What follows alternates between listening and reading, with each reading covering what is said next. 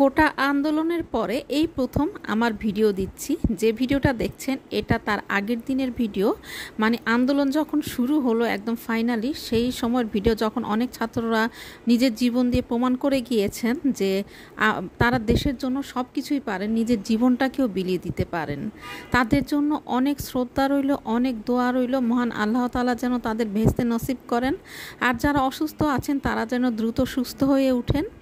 আর যারা নতুন দায়িত্ব নিয়েছেন এবং আমাদের যারা ছাত্র সমাজ যারা ভালো কিছু করতে চাইছে, সবাইকে মহান আল্লাহ তাআলা হেফাজত করুন। আমার প্রিয় ভিউয়ার্স, আসসালামু আলাইকুম। কেমন আছেন আপনারা সবাই? আশা করি মহান আল্লাহ তাআলার রহমতে আপনারা সবাই ভালো আছেন।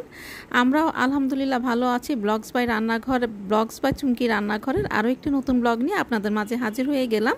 কারণ ব্লগস বাই চুমকি রান্নাঘর তো আপনাদেরকে নিয়েই। তো এই আমগুলো দেখছিলেন, এই আমগুলো আগের দিনই আমার ভাই পাঠিয়েছিল যে এগুলো নাকি হাড়ি ভাঙ্গা আম। তো এগুলো আমি যখন ধুচ্ছিলাম তখন চারদিক দিয়ে খবর আসছিল যে মানে খুবই গন্ডগোল হচ্ছে বাইরে। তো অনেকে নাকি মানে খুব আহত হয়েছে, মানে তখনও কেউ আর কি মারা যায়নি। তো তারপর থেকে শুরু হলো অন্যরকম একটা জীবনযাপন, যে মানে একদম রাস্তার পাশে থাকাতে দেখা যায় যে আমরা সব কিছুই একটু অনুভব করতে পেরেছি, মানে দেখতে পেরেছি অনেক কিছুই, যা এখন হয়তো মানে বলে শেষ করা যাবে না। আর আমাদের খাওয়া দাওয়া একদম সাধারণ হয়ে গিয়েছিল, খেতে ইচ্ছে করতো না। এই যে দেখতেই পাচ্ছেন ভাত হচ্ছে, আর সাথে দেখা যেত হয়তো ডিম ভুনা, নয়তো মানে চিকেন, নয়তো মাছ, নয়তো যে কোনো একটা ভর্তা ভাজি, মানে খাবারটা যেন মুখেই উঠতে চাইতো না, ছেলেমেয়েরাও খেতে চাইতো না। আর এত মানে খারাপ অবস্থা ছিল যে খালি মৃত্যুর সংবাদগুলোই আসছিল। আর ভিডিওতে যখন এক একটা দৃশ্য দেখছিলাম আর নিজের কানে শুনছিলাম, মানে তখন মনে হচ্ছিল যে কিসের মধ্যে আছি। আর মানে সন্তান, আমার আর আপনার সন্তানরা যেমন, আরেকজনের মায়ের সন্তানরাও কিন্তু ঠিক তেমন। তো এবার আপনারা বুঝতেই পারছেন যে তাদের বুক ভরা কতটা কষ্ট। তো এই যে মানে এই আন্দোলনের মধ্যে কিন্তু খালারাও কাজ করতে আসতে পারেনি, তো তখন নিজেদেরই কাজ করতে হয়েছে। তবে এতটা ঝামেলা হয়নি, কারণ রান্নাবান্না সেরকম কিছুই করিনি। কারণ এদিক দিয়ে আমাদের যে সন্তানরা, মানে এখন তো যারা আন্দোলনে ছিল একেবারে যাকে বলে, তারা কিন্তু এক মায়ের সন্তান ছিল না, তারা কিন্তু আমাদের সবারই সন্তান এখন। তো দেখা গেল যে তারা এত কষ্ট করছে খেয়ে না খেয়ে, তখন আমরা ঘরে বসে বসে ভালো ভালো খাবো, তো সেটা যেন বিবেকেই দিচ্ছিল না। আর খালি চোখ ফেটে কান্না আসতো, আর খালি মানে মনে হতো যে আমরা সবাই মিলে পাশের ফ্ল্যাটের আমরা সবাই ভাবিরা মিলে আলাপ করতাম যে আল্লাহ যেন সন্তানগুলোকে অনেক বেশি ভালো রাখেন, অনেক বেশি ধৈর্য দেন, মহান আল্লাহ তাআলা যেন হেফাজত করেন। আর এই যে মাঝে মাঝে একটু ছাদেও উঠেছিলাম, আর এই যে মানে রান্নাঘরের যে কাজগুলো সেগুলো খুব তাড়াতাড়ি করে গুছিয়ে আমরা, তখন তো সব কিছুই বন্ধ ছিল, তখন আমরা একটা খাটের উপরে বসেই সব মানে চারটা মোবাইল নিয়ে মানে বসে বসে মানে এগুলো দেখতেই থাকতাম। আর চোখ দিয়ে খালি মানে অকারণে পানি চলে আসতো। আর এই যে কখনো মানে 4-5টা ডিম ভুনা করেছি, তো বাইরে যাওয়া সেরকম একটা পসিবল ছিল না, তো বাসা যা ছিল সেটাই রান্না করেছি। আর থাকলেও কিন্তু রান্না করার সেই মন মানসিকতা হয়নি। তো মাঝে মধ্যে ছাদে গিয়েছি, কিন্তু পরক্ষণে শুনলাম যে ছাদেও নাকি অনেক বেশি বিপদ ছিল। তারপরে কিন্তু আমরা ছাদেও উঠিনি। তো মাঝে মধ্যে একটু উঠে নিঃশ্বাসটা নিয়েছি, মানে একেবারে ঘরে বন্দি থাকতে থাকতে মনে হয় যে সবাই যেন একদম নিঃশ্বাস বন্ধ হয়ে মানে কেমন যেন একটা অবস্থা হয়ে গিয়েছিল। তো এটা একদিন খুব ভোরের দৃশ্য, তো তখনও কিন্তু গোলাগুলি শুরু হয়নি। আর একদমই কাছ থেকে শুনেছি, কাছ থেকে অনেক কিছুই দেখেছি, যা দেখে মানে এখন তো আর বলার অপেক্ষা রাখে না, মানে সহ্য হচ্ছিল না এরকম একটা অবস্থা। তো যখনই খারাপ অবস্থা হয়ে যেত তখনই মানে মনে হতো যে মানে কি না জানি হয়, আরও কয়টা প্রাণ চলে যায়। তো মহান আল্লাহ তাআলা সবাইকে হেফাজতে রাখুক, যারা বেঁচে আছে এখন মানে অসুস্থ অবস্থায় আছে। মহান আল্লাহ তাআলার কাছে দোয়া করি সেই সন্তানরা যেন দ্রুত সুস্থ হয়ে ওঠে। আর যারা এখনও মানে পড়াশোনা এখন আস্তে আস্তে আলহামদুলিল্লাহ পড়াশোনা সবার মানে স্কুল কলেজ ভার্সিটি সবই খুলে যাচ্ছে আস্তে আস্তে। তো সবাই আবার আগের মতো হয়তো পড়াশোনায় মন দিবে, কিন্তু যারা পথ দেখিয়ে গিয়েছে তারা কিন্তু আর দুনিয়াতে থাকলো না। তবে আমাদের যে নতুন যে প্রজন্ম তাদের উচিত যে যখন তারা একটা বড় পর্যায়ে চলে যাবে এই বড় ভাইদেরকে যেন তারা না ভুলে। একজন মা হিসাবে আমার এই অনুরোধটাই থাকবে, কারণ তারা কিন্তু সম্মান পাওয়ার যোগ্য। তারা কিন্তু মানে আমাদের সন্তানদের পথ দেখিয়ে গিয়েছেন, কিন্তু সেই পথে তারা থাকতে পারলো না।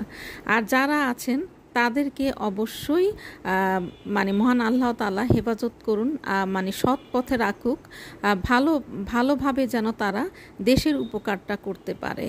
আর আমাদের সন্তানরাও যেন তাদেরকে অনেক বেশি সম্মান করতে পারে। আর যখন একটা বড় পর্যায়ে তারা যাবে, হয়তো কোনো একটা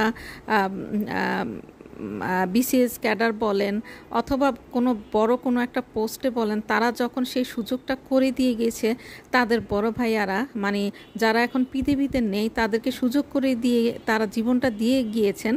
আমার একটা অনুরোধ থাকবে, আমাদের যে সন্তানরা মানে এই প্রজন্মটা তখন যেন সেই যে ভাইয়ারা পৃথিবী ছেড়ে চলে গিয়েছেন তাদের কবরস্থানে যেয়ে যেন একটু চোখের পানি ফেলে একটু দুহাত তুলে তাদের জন্য দোয়া করে আসেন। এতে তাদের মানে আমাদের সন্তানদের মনটাও যেমন অনেক বড় হবে যে না, আমরা অকৃতজ্ঞ না, আমরা মানে আমাদের মধ্যে কৃতজ্ঞতা বোধ আছে।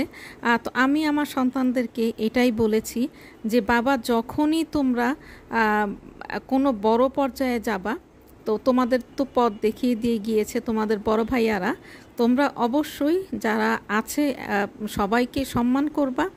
আর যারা পৃথিবীতে নেই, যে যার জেলা থেকে, যারা ঢাকায় আছে, যারা খুলনাতে আছে, সবখানেই তো মানে সবার বাবা মা তাদের সন্তানদেরকে হারিয়েছে। তো সেখানে যে তো মানে যার যার জায়গা থেকে তারা তাদেরকে সম্মান জানিয়ে কবর জিয়ারত করে আসবা। তো জানি না, আসলে মনটা অনেক ছোট হয়ে যায়, মনটা অনেক কষ্টে ভরে যায়। আর এই যে দেখতে পাচ্ছেন সেই গোলাগুলি মানে সেই সমস্যার মধ্যেই যখন আন্দোলন হচ্ছিল তার কিছুদিন পরেই কিন্তু এই 2-3 দিন পরেই পাখিটা কিন্তু মানে কিভাবে যেন ঘরে চলে এসেছিল।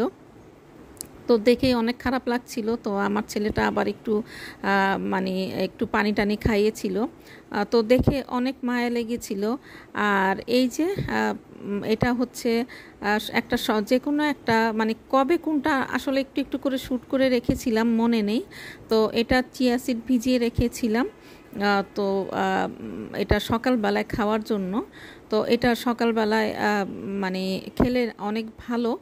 তো চেষ্টা করি মাঝে মধ্যে খাওয়ার, তবে আসলে সব সময় হয়ে ওঠে না। সেই যে আমরা মানে কি বলবো যে একটা অনেক বড় ধাক্কা সবাই মানে দেখেছি, আর সবাই একটা বড় ধাক্কা কাটিয়ে উঠেছি। আসলে আমরা তো সেরকম কী বা করেছে তো আমাদের সন্তানরা। তাদের জন্য আমরা যতই দোয়া করব সেই দোয়াটা যেন শেষই হতে চায় না। তো তারপরে এখন আলহামদুলিল্লাহ সব কিছুই আস্তে আস্তে ঠিক হয়ে যাচ্ছে।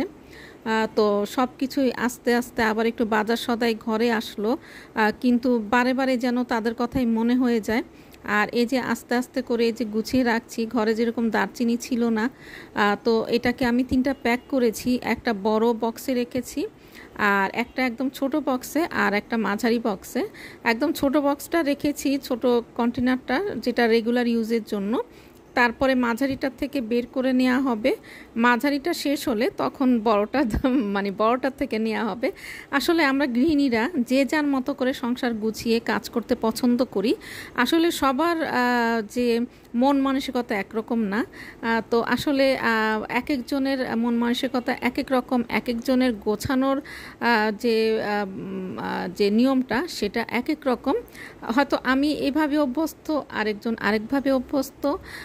তো আমরা কিন্তু আর যেভাবে অভ্যস্ত হই না কেন, আমরা গৃহিণীরা কিন্তু নিজেরা যতই কষ্ট করি কিন্তু ঘরের জিনিসগুলো ঘরটাকে সব সময় গুছিয়ে পরিপাটি করে রাখতে পছন্দ করি। তো এখন এগুলো সব কিছুই মোটামুটি আস্তে আস্তে গুছিয়ে রাখছি, কিন্তু সেই যে ঘটনাগুলো আসলে চোখের সামনে দেখেছি সেগুলো আর ভবিষ্যতে মহান আল্লাহ তাআলার কাছে চাই আর কখনোই না হোক। মানে কি আর বলবো, সেটা আর বলার অপেক্ষা রাখে না। তো নতুন দেশ বলতে সবাই আমরা বলছি যে দ্বিতীয়বার স্বাধীন হয়েছে দেশ। তো আমাদের সন্তানরা যেন এই স্বাধীন দেশে মাথা উঁচু করে দাঁড়াতে পারে আর অবশ্যই সৎ পথে থাকতে পারে, দেশের জন্য ভালো কিছু করতে পারে। আর আমাদের সন্তানরা যে দেশ নিয়ে ভাবে, দেশের জন্য তারা যে অনেক কিছুই করতে পারে, সেটা তো তারা প্রমাণ দিয়েই গেছে। তো যাই হোক, সামনের দিকে সবাইকে আবার এগিয়ে যেতে হবে নতুন করে। তো আবার সব কিছুই শুরু হয়ে গিয়েছে, আস্তে আস্তে স্কুল, কলেজ, ভার্সিটি সবই খুলে গিয়েছে। আর এই যে ইনি ডিম মহারানী, এই ডিম মহারানী ছাড়া যেন আমাদের গৃহিণীদের সকালটা একেবারেই অন্ধকার। মানে সবচেয়ে সোজা মানে প্রসেস এনাকে দিয়েই আমরা মানে সম্পন্ন করে থাকি। তো এই যে এটাকে যখন আমি মানে কখনো পোস্ট করা হয়, কখনো ভাজা হয়, তো এত সহজ আর কোনোটাতেই হয় না। তো এই যে ভাজির উপরে আমি ডিম পোস্টটা দিয়ে দিচ্ছি। তো এখন যার যার মতো শেষে খেয়ে অলরেডি মানে চলে যাবে। আর আমার কাজটাও প্রায় শেষ পর্যায়ে, আর ভিডিওর শেষ পর্যায়ে আমি চলে এসেছি। সবাই থেকে বিদায় নিয়ে নিচ্ছি। সবাই ভালো থাকবেন, সুস্থ থাকবেন, ব্লগস বাই চুমকি রান্নাঘরের পাশেই থাকবেন। আল্লাহ হাফেজ।